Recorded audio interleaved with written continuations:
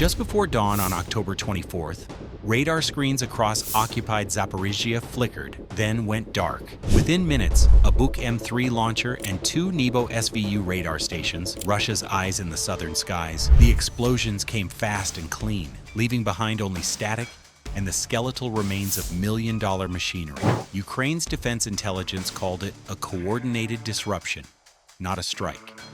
The operation, spanning three regions, Zaporizhzhia, Kherson, and Crimea, was the work of small, specialized units who moved unseen, striking with surgical precision and vanishing before Russia could blink.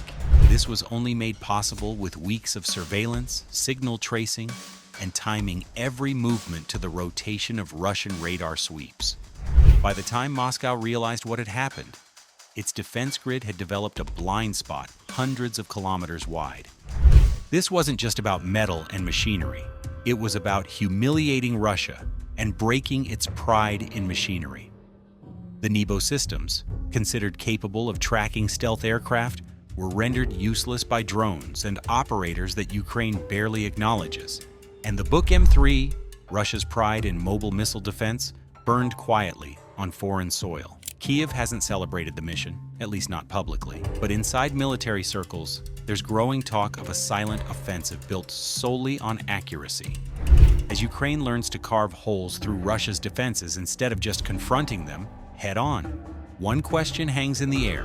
When your enemy can see everything, what happens when you take away their sight?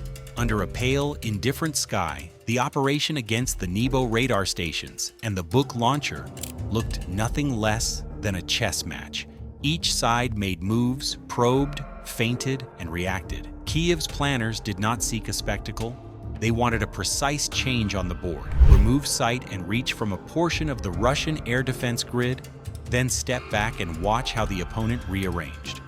What followed was a deadly sequence of detection, deception, timing, and execution that happened over a single long night and the cold hours that followed. The first phase was reconnaissance and positioning. For weeks, the defense intelligence units had watched the routines of radar crews and Buk detachments. They tracked rotations, supply runs, generator refueling windows, and the predictable pauses when personnel swapped shifts. Satellite passes revealed the layout of the Nebo sites, the radar mast rising above a small compound, and where service vehicles parked at night. Signals teams recorded maintenance chatter on local bands. That information was fed into a planning map, where analysts marked not only physical targets, but the human rhythms that kept those targets functioning. Around dusk of the designated day, remote teams took their positions. Drones and reconnaissance aircraft established overwatch along the likely ingress corridors. Cyber units positioned listening nodes to harvest any stray telemetry. Electronic warfare specialists prepared a palette of interference measures designed not to erase signals, but to scatter them, just enough to delay and confuse. Everything was calibrated with an economy of effort. The aim was not to overwhelm, but to nudge the opponent into making obvious moves. The opening move came quietly. At 10:30 p.m., a range of low observable reconnaissance drones began a slow sweep. They stayed low, skimming the ground to exploit terrain masking and thermal inversions that would blunt higher elevation radars. Each pass was a probe. Ukrainian operators were careful not to stay in any single lane for long enough to invite an immediate counterattack. In chess terms, it was a pawn push. Small, measured, revealing little but testing the opponent's reactions. The Russian response was to tighten routines. Mobile radar elements repositioned along the southern axis, and spare crews were called in to double-check mounts and generators. From the command center in Kyiv, analysts watched this happen on the map, with the calm interest of players who had anticipated this exact move. The repositioning told them which sectors the Russians valued most and, critically, where they had left gaps. At midnight, the second wave was ready. Drones carrying specialized payloads were dispatched on two different vectors. One group was intended to create noise on the radar screens, acting as decoys. These decoys carried metallized reflectors to mimic a parachute of signatures that radar operators would likely pick up and track. The other group carried small but focused charges intended to turn off critical components without creating uncontrolled hazards. The plan used mimicry. If defenders tracked only energy return and not human pattern, they would fire at phantoms and leave the true strike corridor less defended. As the decoys moved in, Russian defenders committed to intercept. Surface-to-air batteries turned toward the false tracks and expended rounds on targets that left no wreckage or practical intelligence.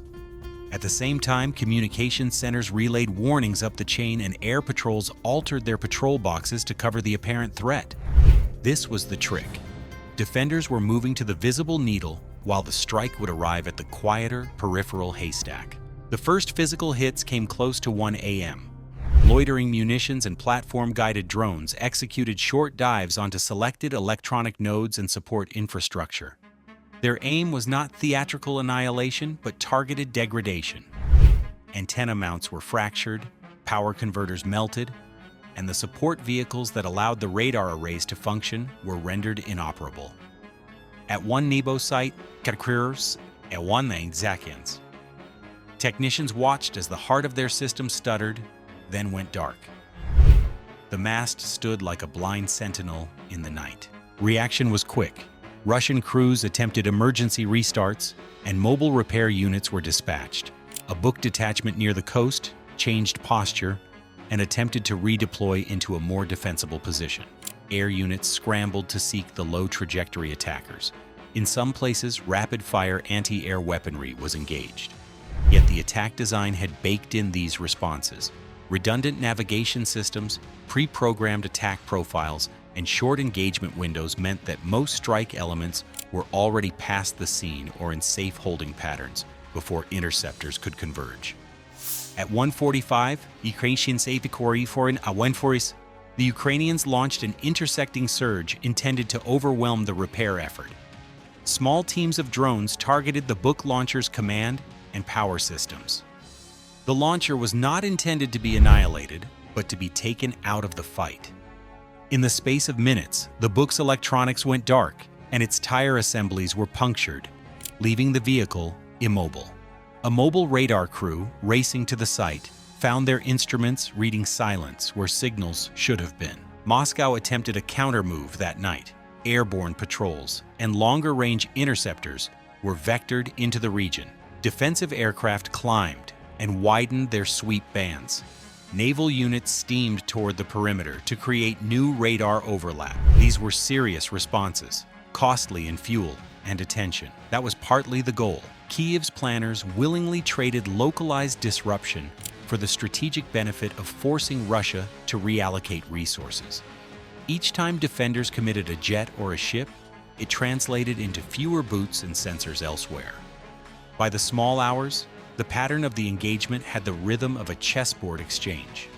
Kyiv's forces struck a sensor. Russia reallocated an asset. Kyiv struck another node. Russia attempted to repair and chase the attack signatures. The strikes were spaced and timed so that every Russian effort to plug a hole left a fresh vulnerability elsewhere.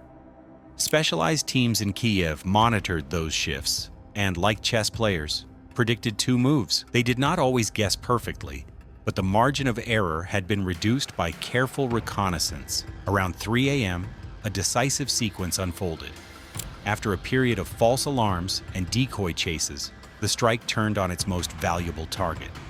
One Nebo station, isolated by previous hits, came under a concentrated assault from multiple angles. Small autonomous drones approached in staggered waves designed to overwhelm defense logic.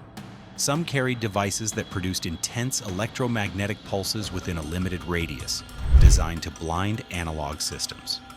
Others struck the support infrastructure, taking down the generators that kept radar electronics warm and responsive.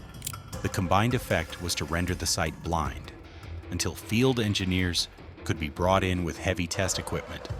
This was not destruction for spectacle, it was denial. Sensors offline. Data feeds interrupted. Reaction times lengthened. The Buk system, deprived of timely radar information and physically constrained, lacked real-time interception capability.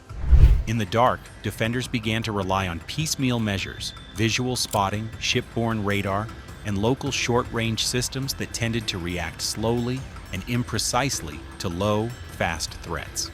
Russian field commanders attempted improvisation. They moved repair convoys under escort, set up temporary sensor posts, and asked for aerial reconnaissance to re-establish situational awareness. Yet each of those moves was visible to the Ukrainian network. Overhead surveillance photographed convoys before they reached safe repair zones. Electronic intercepts picked up chatter about spare parts and technician movements. Kiev's planners watched, adjusting their tempo and deciding whether to strike again or to conserve assets. That choice was deliberate. A measured pause could cause the enemy to overextend on repair logistics, while a relentless push could risk exposing the attacking pattern too clearly. At dawn, as a pale light crept over the occupied landscape, the immediate kinetic activity faded. The strikes had achieved their first objective.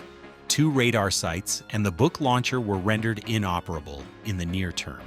Yet the story of the night was not simply the loss of hardware. It was how the loss rippled through the operational fabric. With the Nebo arrays out of action, sectors of airspace lost their early warning layer. The book no longer had the timely tracking it needed to engage distant incoming threats. Reaction timelines lengthened from minutes to tens of minutes. That was the strategic point. Create a window for future operations that did not exist the night before. For the defenders, the practical response was messy and urgent. Crews worked through burning adrenaline to salvage transmitter modules and jury-rig backup power. Commanders shifted overlapping sectors, diverting air patrols from quieter fronts to fill gaps. Every aircraft sent to re-establish coverage required refueling and escort. Naval surface assets peeled away from patrol beats and headed into the threatened sector. These were resource moves that had operational costs. Kiev's intelligence teams logged each redeployment as data, adding it to follow-on targeting sets should the campaign continue. Throughout the night, information warfare ran in parallel with the strikes. Kiev released carefully curated footage showing damaged mastheads and collapsed electronics. The images were meant to prove efficacy without inviting escalation. Moscow countered with statements that emphasized interception success and minimized reported losses. But the absence of live radar signatures on the long data tapes was harder to dismiss. Analysts on both sides parsed broadcasts and leaks to validate their models. Technically, the attackers had leaned on 3 pillars. First, meticulous timing keyed to the human patterns that sustain air defenses. Second, layered deception to misallocate the defenders' attention and expend their immediate resources. Third, redundancy in the attack packages, so that if jamming or interception degraded one vector, others could still achieve the effect. The combination made the operation resilient. It was not a hammer blow. It was a series of surgical nudges that accumulated into operational paralysis. By morning, the chessboard had changed. Kiev had traded a limited number of high-value, recoverable munitions to create multiple strategic gains. Reduced radar coverage, an immobilized launcher, and the compulsion of Russia to reassign assets away from other theaters. The Russians had responded with speed and determination, but were left with a painful arithmetic. To protect more, they had to thin their forces elsewhere. The logic of the operation was visible in the aftermath state of play long before any spokespeople issued statements. Air controllers saw gaps.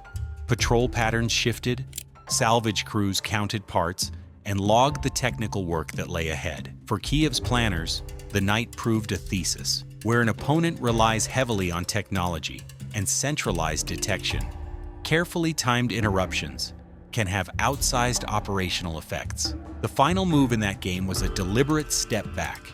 Drones returned to safe zones, sensors went silent, and controllers archived data for future exploitation. The attack zone was left with functioning teams ready to strike again, but the immediate focus shifted to analysis. The night's outcomes were cataloged. Which decoys worked, which jammers failed to have an effect, and which repair routes the defenders favored. In chess terms, this was the pause after a series of exchanges, the moment to assess material and plan the endgame. No dramatic parades followed. There was no grandstanding, only the quiet work of analysts and engineers refining their maps. For those who watched screens for long hours, the operation read like a study in timing, a series of small, intentional moves that, together, changed the geometry of control over a swath of occupied airspace. The pieces had been nudged. The board had tilted. What came next depended on how ruthlessly each side could convert tactical advantage into operational freedom. When the smoke cleared off the coastlines of Crimea, Zaporizhzhia, and Kherson, the scale of what had just happened became clear. Ukraine had struck the heart of Russia's air defense system. In one coordinated sweep, they destroyed 2 Nebo-SVU radar stations and a Buk M3 surface-to-air missile system, all of which were meant to shield Russian-occupied territories from precisely this kind of attack. To understand how big this is, you have to know what those machines do. The Nebo-SVU radar, nicknamed the All-Seeing Eye, is one of Russia's most advanced early warning systems. It can detect aircraft hundreds of kilometers away, even jets that are designed to be invisible to most radars. It acts like the first line of sight in the sky, giving Russian commanders precious seconds to react.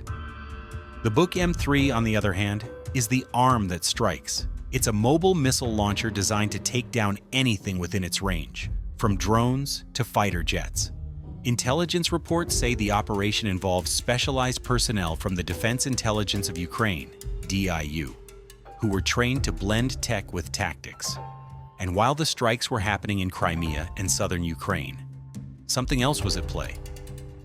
Russia's air network was momentarily blinded. Radar coverage in key zones dropped.